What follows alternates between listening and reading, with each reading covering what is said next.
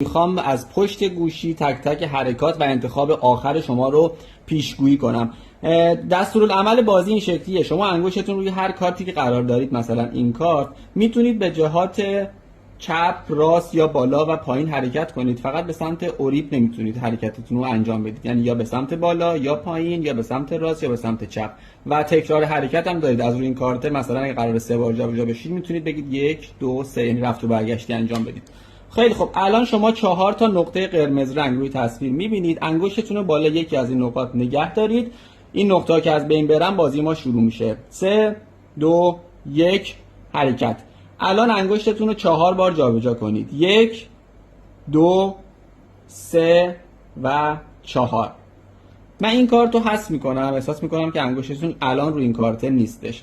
حالا 5 بار دیگه انگشتتون رو جابجا کنید. 1 2 3 4 و 5.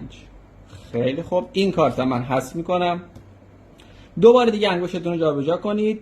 1 و 2. این کارت هم حذف میشه. 3 بار دیگه انگشتتون رو جابجا کنید. 1 2 و 3. این دوتا کارت هم حذف میشن. 3 بار دیگه انگشتتون رو جابجا کنید. 1 2 و 3. این کارت هم فکر کنم نیستش، حذف میشه. و واسه آخرین بار 1 بار حرکت انگشتتون رو جابجا کنید. 1 و تمام.